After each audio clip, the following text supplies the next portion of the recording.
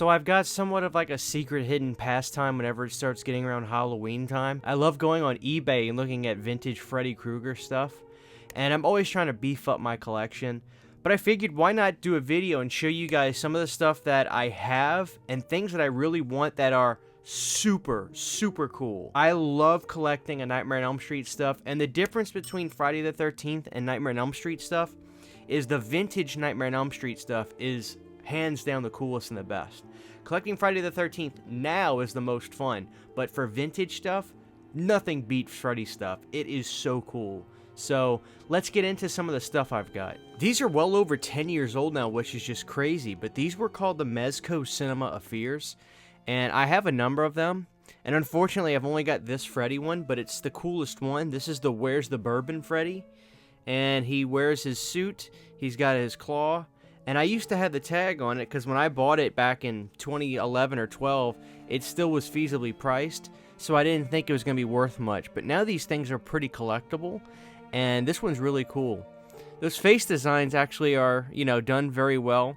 With Freddy, you can have a sillier look. It's just got to be a somewhat proportionate and just, I don't know, it kind of has to match the vibe of the latter sequels for it to work, and I think that this face design works really, really well, and I really like it. They did another version of this where he's wearing his regular suit, or his regular clothes, and I think it's the exact same face design. Yeah, but the Mezco Cinema Affairs were a really great line, and they were made well, and I know a lot of people wish they would bring these back, and I do too. So, yeah, that's the Where's the Bourbon Mezco Cinema Affair Freddy from like 2009 or 8 or something. We've got to look at this little squishy. This is the 1989 Freddy Krueger LJN, I believe. And he's just like a squishy buddy. Now, there's another one we're going to look at too. But this was gifted for me from my friend Phil back in 2020 or something. And I love this thing.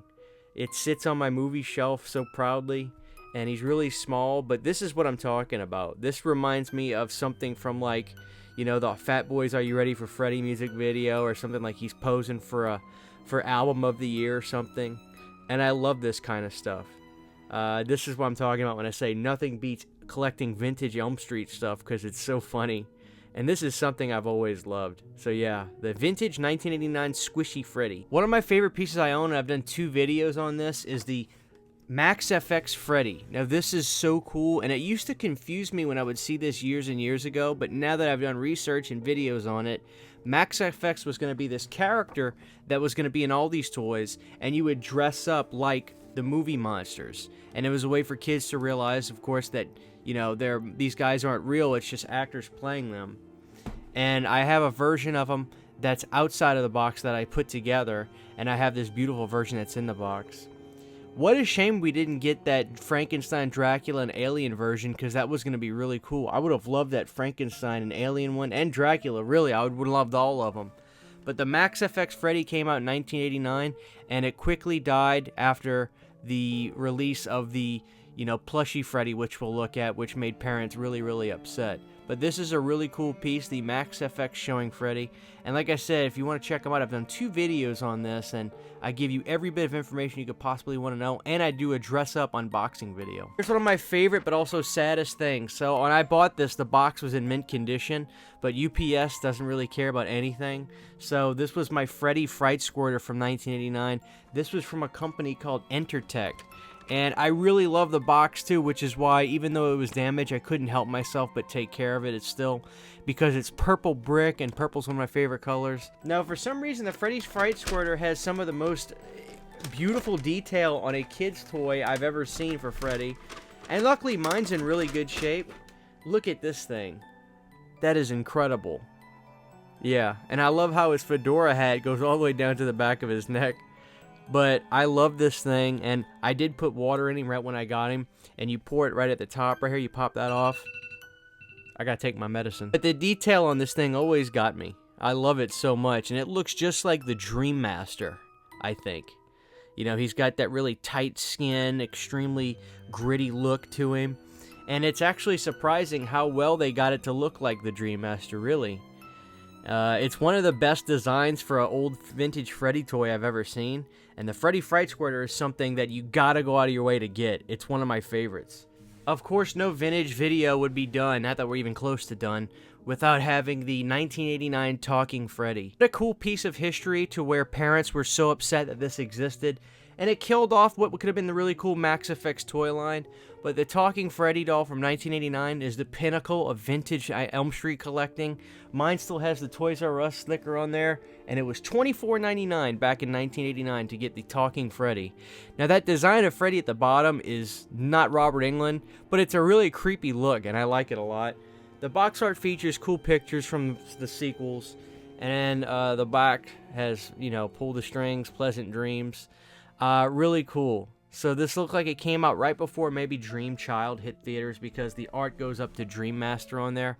But the 1989 vintage Talking Freddy is a collector's dream if you're an Elm Street fan, and you gotta have one. But now, guys, I want to go on the internet. Let me show you some of the really cool vintage Elm Street pieces that I've found, and we'll just see what kind of stuff I'd love to get. Of course, we've got to go to the Movie Maniacs McFarlane line.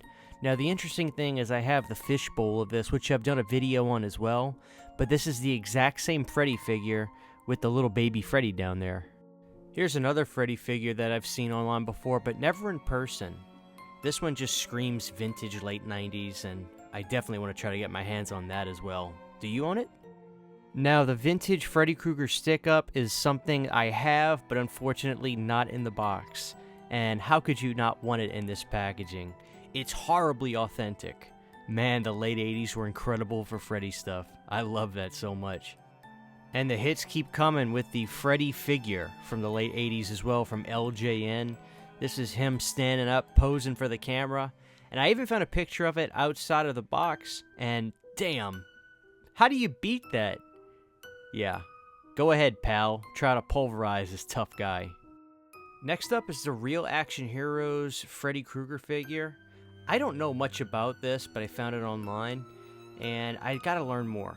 Maybe I could do some research to figure it out, but I've never seen this in person in my life or anyone own it. Maybe you watching owns it. Do you? Next up is this random 2003 Freddy plushie that I found. I've never seen this one either, but you gotta love it. He's not wearing any shoes, and the face just looks like he's got a gunshot on his cheek. These are some of my favorite kind of things. They're licensed, but they look so off-brand at the same time. Yeah, gotta get my hands on this baby. Next up, we've got the Radicals Freddy Krueger Yo-Yo. Yeah, man. I grew up in the yo-yo generation. I never had a Freddy Krueger one, though. But if I'll be damned, if I get another yo-yo ever again, it's gonna be this late 80s Freddy Krueger yo-yo. How cool is that? Now, we've talked about the Nightmare Freddy before, but I'll be damned, I'll never give up. It's very expensive and hard to find, but one of these days I will own the unlicensed Nightmare Freddy. Yeah, you heard that right, Freddy. Now, I own packs of these Fright Flicks cards, but if you want to be a real collector, you've got to get yourself the entire box of the Freddy Nightmare on Elm Street Fright Flicks cards. And don't eat the gum. I hear it'll kill you. Was this video just another excuse to talk about Sharpan Joe? Well, maybe. But in all seriousness, I've gotta get this one day. There's a couple different versions, and they're getting pretty expensive. But never give up hope. I will own a Sharpan Joe. Here's the Screamin' Model Kits Freddy figure you could get. We did a video looking at the Friday the 13th ones, and this Elm Street one looks pretty damn cool. Here's one that got painted up a little bit, but not finished. Now, I believe this Talking Freddy came out in the late 90s, and you probably could have gotten it at Spencer's. It's a lot like the one from the late 80s, if not very similar, but with different box art, and definitely one I'd still love to get as well. If only I was born earlier, I could have gotten the Nightmare on Elm Street Dream Package. For only $98, you get a Freddy board game, a VHS tape, a booklet, a hat, an incredible Freddy mask, and the amazing Freddy glove. I would have gone crazy to get this when I was little. Hell, I'd go crazy now getting this. I just want to get this advertisement framed up and put on my wall now, quite frankly. Now, back in my day on the school reading list, we never had Freddy Krueger's Tales of Terror on there, and if we did, I'd be a lot more literate person. I would have been reading books all the time. But maybe if I see these around, I'll try to scoop them up. That's pretty damn cool. Now here's that vintage Freddy glove and packaging from back in the day. Who would ever take that out of the box when you get it? For kids, that's pretty cool. For an adult, that's wicked cool. Gotta have it. Now, what collection would be complete and or incomplete without the Freddy Krueger 3-dimensional makeup kit?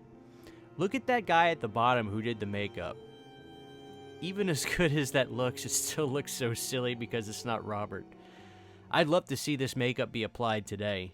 I wonder how good somebody was able to make it look. Now, of course, I saved the best for last with this 1995 wall light-up Freddy Krueger display. These suckers are going for a lot of money now, and I can totally see why. Talk about a perfect vintage Halloween decoration and Freddy Krueger enthusiast collectible. This is so cool. Trying to scoop these up is going to be tough, but where there's a will, there's a way. Anybody own this out there? So guys, next time you're chilling or doing whatever, go on eBay and do a vintage Freddy search and try to find some really cool collectibles. I'm always trying to add to my collection, and some of this stuff is out of this world cool that I'd love to have. Which vintage Freddy collectibles do you have? Let me know in the comment section down below, and tell me about something that I probably didn't bring up. I'm sure there's more. I'd love to know about it. That way I can go research it and try to get my hands on it. Thanks for watching, guys. See you next time. Huge giant thank you to all of my Patreon supporters. Without you guys, this would not be possible. To get behind the scenes photos, videos, music, private live streams, and much more, you can subscribe to my Patreon for as little as $1 a month. Thank you to my patrons.